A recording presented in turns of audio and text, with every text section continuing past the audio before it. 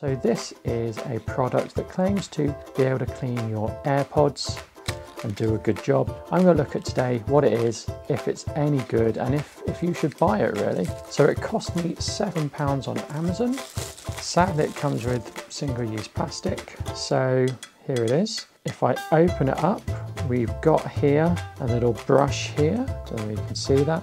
A little brush here, we've got a pick here, and that comes out, bit of a pull to come out, and we've got this bit here. So let's look at cleaning the AirPods. You can see the AirPods on the outside. We've got little bits of gunk, basically from the case. If I open this up, we can see, we've got all manner of gunk in the case, and I do apologise.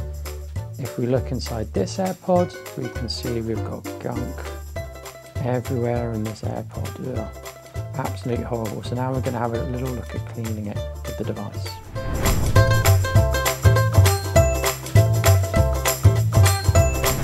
So this is not a scientific test, but this one I've just cleaned with the cleaner and this one I haven't. So I can't say that they were exactly the same before because I didn't check that, but certainly I can see an improvement between them.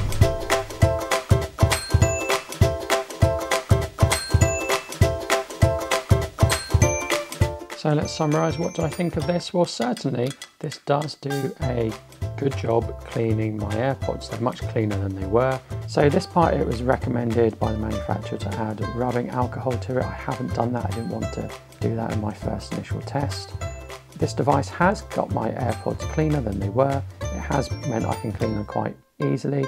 And if you clean them regularly, I'm sure you'll have good, clean AirPods. But of course, you don't really need to pay £7 for this. You could use an old toothbrush to replicate this. You could use a cotton bud to replicate this, and a piece of plastic would probably do the same job as this. So while this is useful and it's quicker, certainly you don't need to pay £7 for it.